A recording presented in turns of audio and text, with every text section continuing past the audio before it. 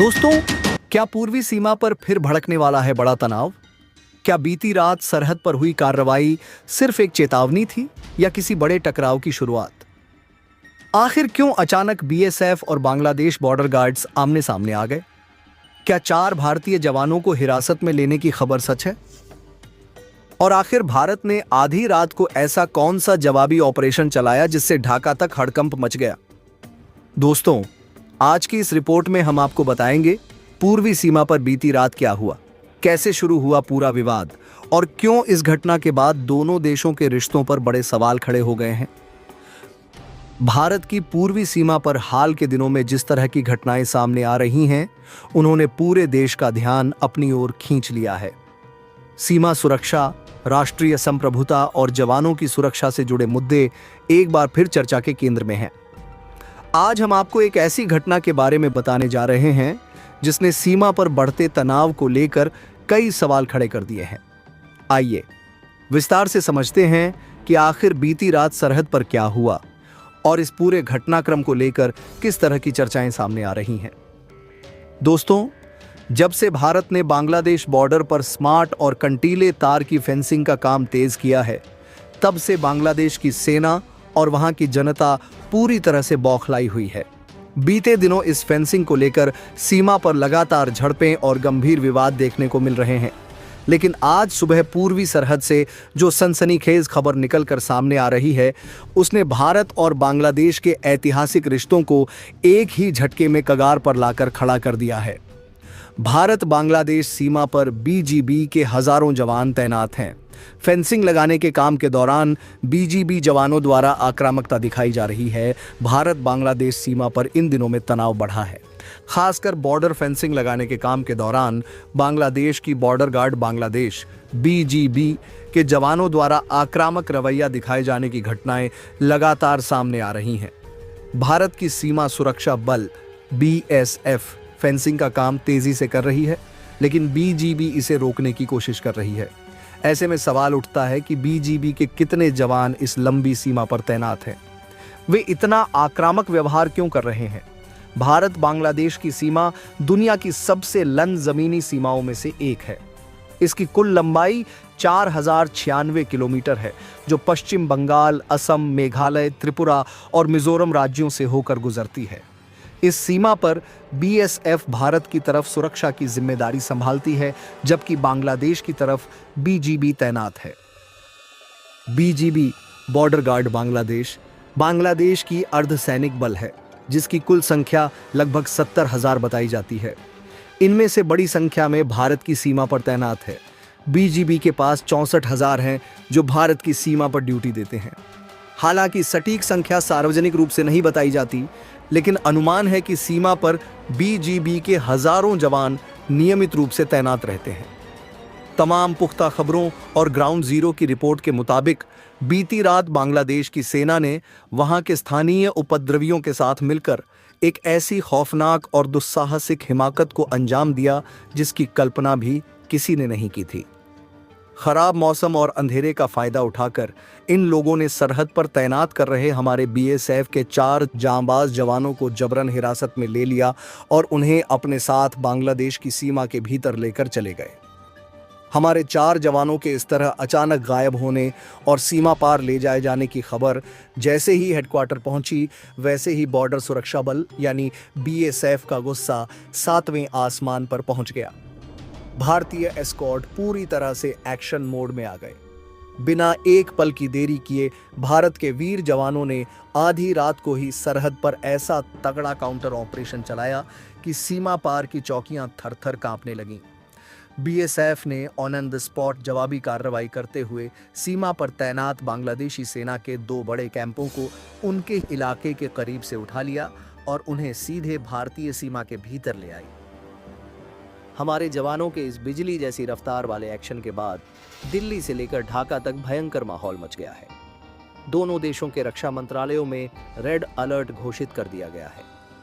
बहरहाल शायद बांग्लादेश की वर्तमान हुकूमत और वहां की सेना इतिहास के पन्ने पलटना भूल गई है। वे भूल गए हैं कि अब वही महान हिंदुस्तान है जिसने अपने अकेले के दम पर दुनिया के भूगोल को बदल कर रख दिया था और पूर्वी पाकिस्तान को दुनिया के नक्शे से मिटाकर बांग्लादेश का निर्माण करवाया था। उन्हें इस बात का तनिक भी अंदाजा नहीं है कि जो देश नया राष्ट्र बनाना जानता है, अगर उसकी संप्रभुता और उसके जवानों पर आंच आए तो उसे दुश्मनों को पूरी तरह से नेस्तनाबूद करना भी बहुत अच्छे से आता है। भारत ने हमेशा से एक बड़े भाई का फर्ज निभाते हुए बांग्लादेश की हर मुसीबत में मदद की है, उसे हमेशा अपना माना है और भारत कभी नहीं चाहता कि हमारे पड़ोसी को कोई बड़ा नुकसान पहुंचे। भारतीय सीमा सुरक्षा बल दुनिया का सबसे बड़ा बॉर्डर गार्डिंग फोर्स है। इसकी कुल संख्या 2.70 लाख से ज्यादा है। बांग्लादेश बॉर्डर पर बीएसएफ की कई बटालियन, हर बटालियन में करीब 1000 जवान तैनात हैं। बीएसएफ यहां 24 घंटे पेट्रोलिंग, निगरानी और फेंसिंग सुरक्षा का काम करती है। क्यों दिखा रहे हैं बीजीबी जवान आक्रामकता? हाल के महीनों में बीजीबी के जवानों द्वारा फेंसिंग कार्य में बाधा डालने, पत्थर फेंकने और बीएसएफ जवानों से बहस करने की कई घटनाएं सामने आई हैं। इसके मुख्य कारण हैं फेंसिंग पर आपत्ति। भारत अपनी तरफ फेंसिंग लगा रहा है, लेकिन बीजीबी इसे अंतर्राष्ट्रीय सीमा के नियमों का उल्लंघन बताती है। बीजीबी का कहना है कि फेंसिंग नो मैन्स लैंड 150 गज वाले क्षेत्र में की जा रही है। राजनीतिक अस्थिरता। बांग्लादेश में हाल की राजनीतिक उथल-पुथल के बाद बीजीबी ज्यादा, लेकिन इसका मतलब यह कतई नहीं है कि हमारी इस शराफत को भारत की कमजोरी मान लिया जाए। अगर आज का नया भारत अपना मन बना ले तो पूरी दुनिया जानती है कि सामने वाले का वजूद मिटाने में कितने ही घंटों का वक्त लगेगा। बहरहाल इस समय तनाव चरम पर है। हमारी सुरक्षा एजेंसियां और बीएसएफ के आला अधिकारी अपनी कस्टडी में लिए गए उन दोनों बांग्लादेशी कमांडरों से एक बेहद गोपनीय मिलिट्री बेस पर लगातार और बेहद कड़ाई से पूछताछ कर रहे हैं। भारत का साफ और कड़ा रुख है, जब तक हमारे 4 जांबाज जवान पूरी तरह सुरक्षित और सम्मानपूर्वक वापस नहीं लौटते, तब तक बांग्लादेश के इन दोनों कमांडरों को किसी भी कीमत पर रिहा नहीं किया जाएगा। आखिर आधी रात को सरहद पर हमारे 4 जवानों के साथ क्या हुआ था? बीएसएफ ने कैसे चक्रव्यूह रचकर बांग्लादेश के उन 2 बड़े कमांडरों को दबोचा?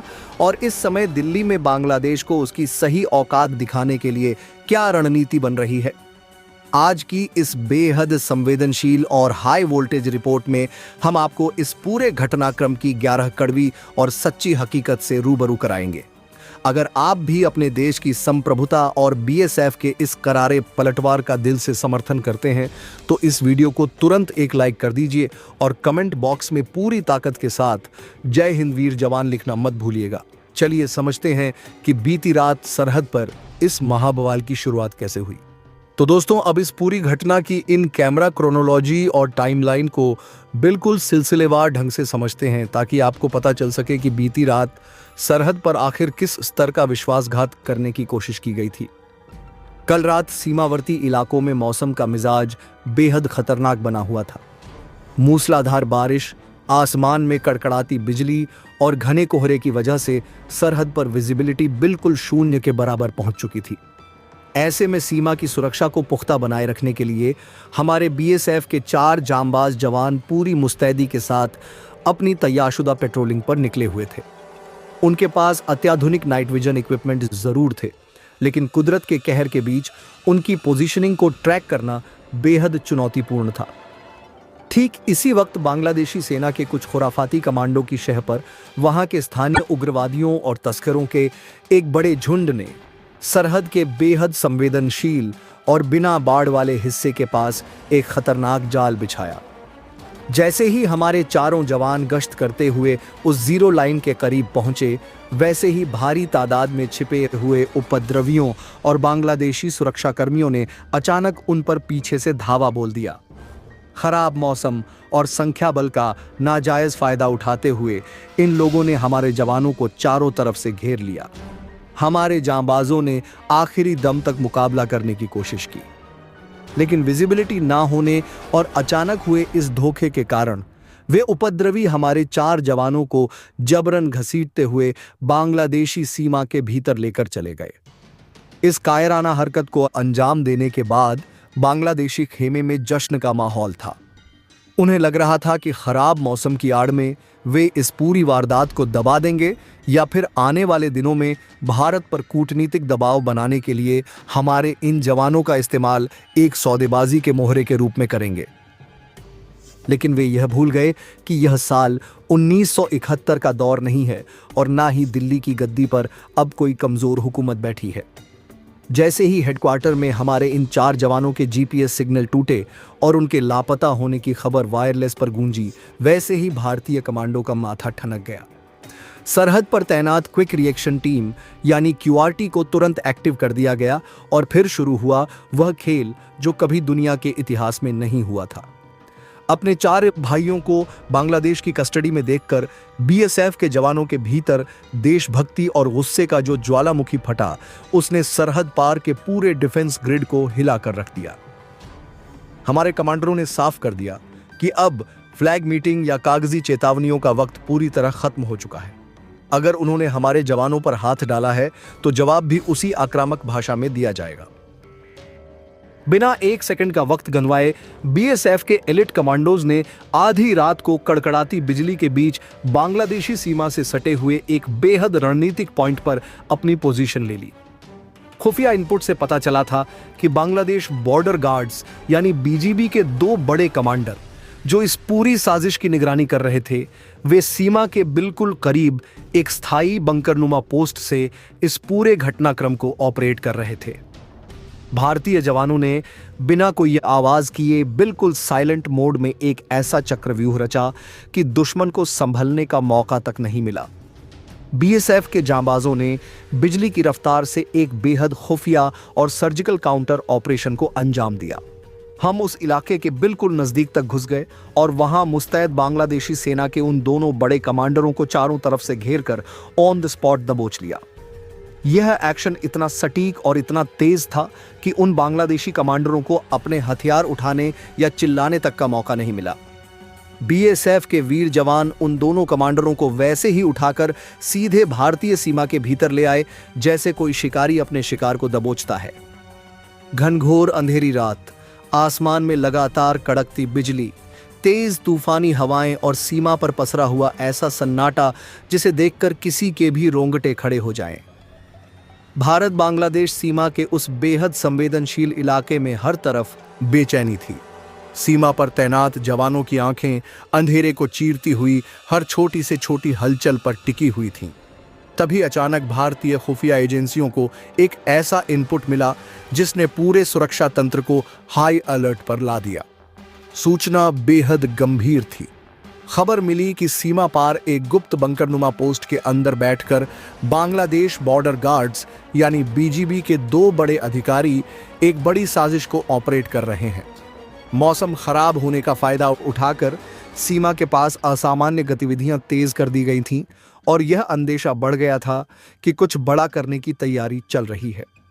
इनपुट मिलते ही बीएसएफ हेडक्वार्टर में हलचल मच गई।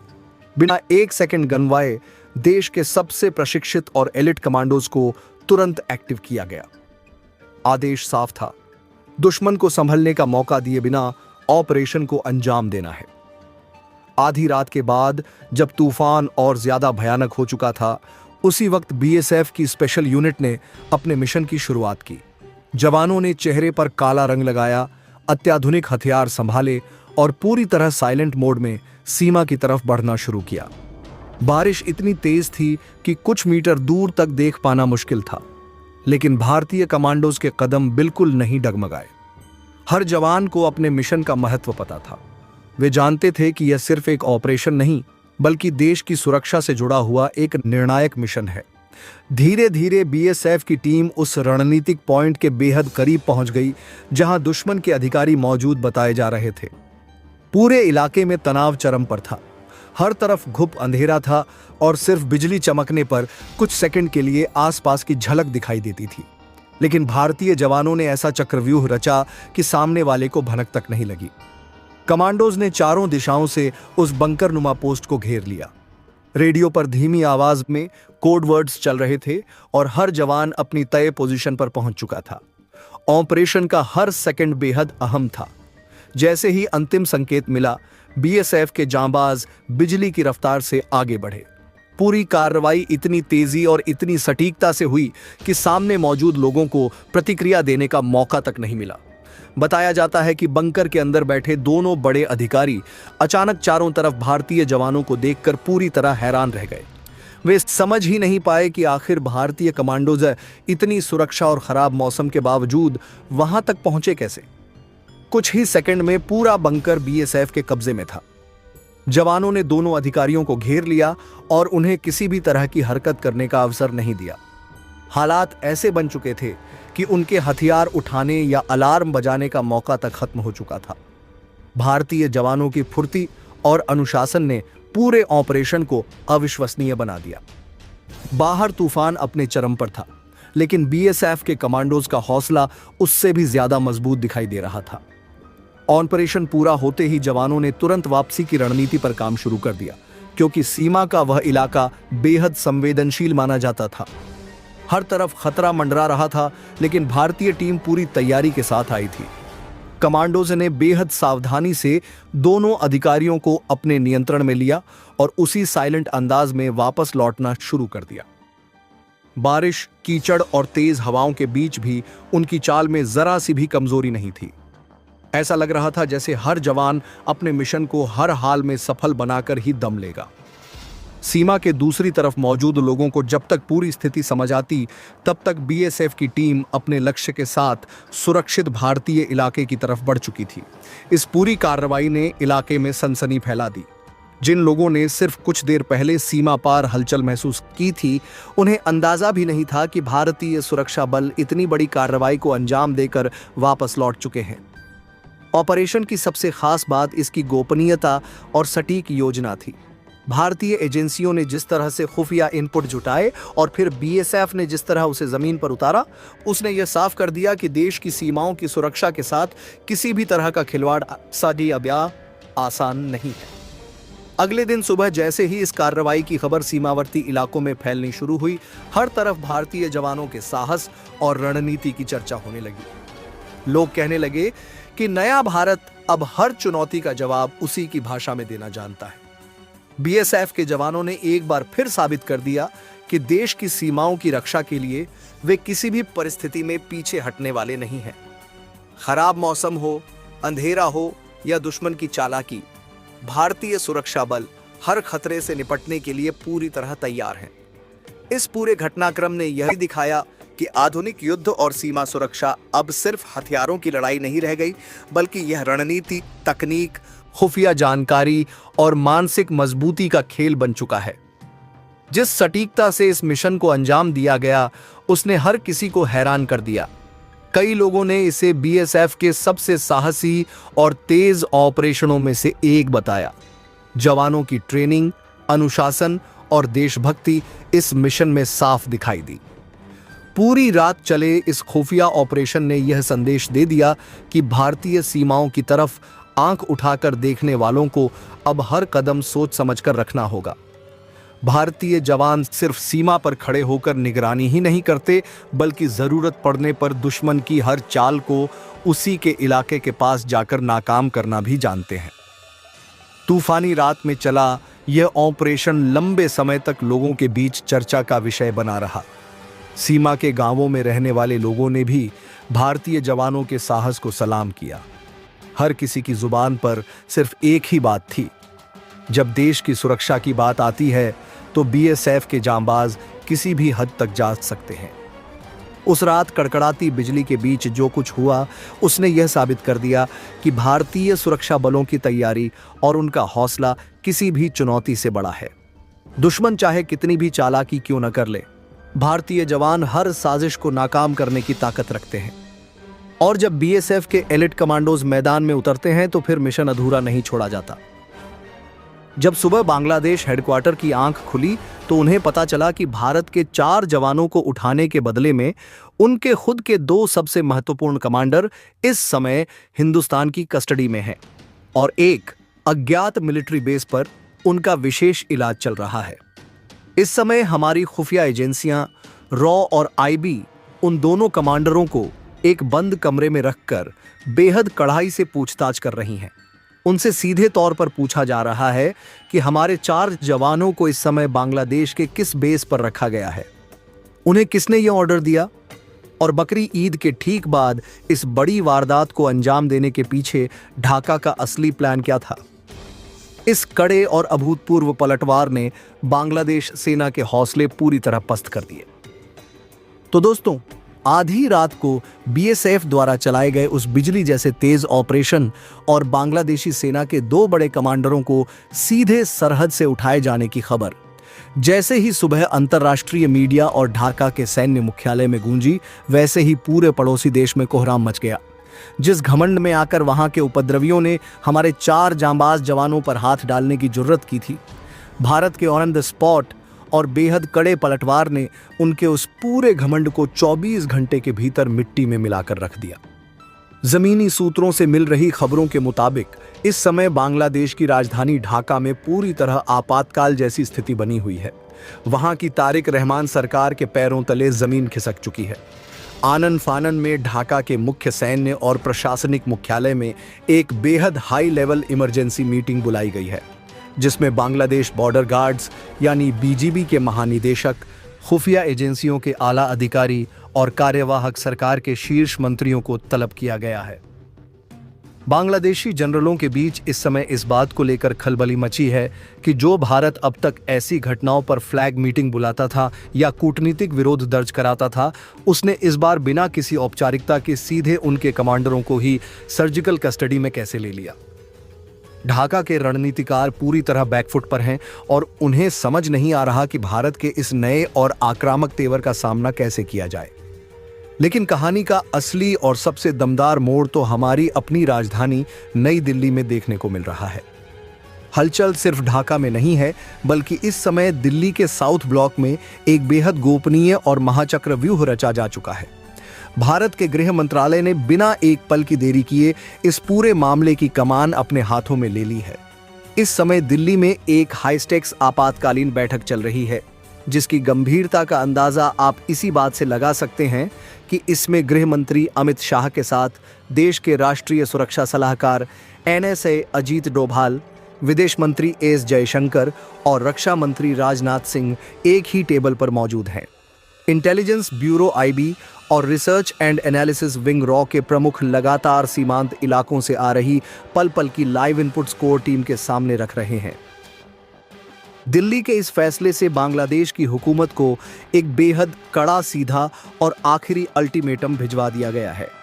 भारत ने बिना किसी लाग लपेट के 2 टूक शब्दों में ढाका को संदेश दे दिया है कि जब तक हमारे 4 जांबाज जवान पूरी तरह सुरक्षित, सम्मानपूर्वक और बिना किसी खरोंच के भारतीय सीमा के भीतर वापस नहीं आ जाते, तब तक भारत की कस्टडी में मौजूद उनके दोनों बड़े कमांडरों को किसी भी कीमत पर रिहा नहीं किया जाएगा।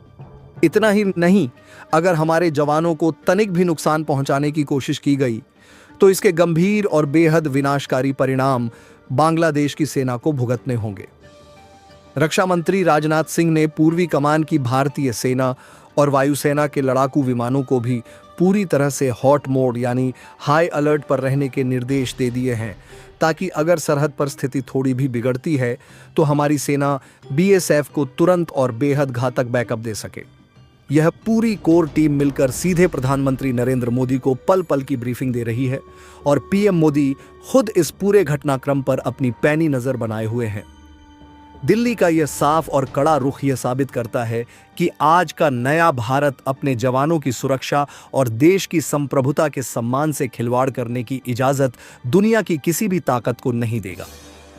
तो दोस्तों, दिल्ली से हरी झंडी मिलने के बाद हमारी खुफिया एजेंसियों रॉ और आईबी और बीएसएफ के आला अधिकारियों ने अपनी कस्टडी में लिए गए उन दोनों बांग्लादेशी सेना के कमांडरों से पूछताछ का सिलसिला और तेज कर दिया है।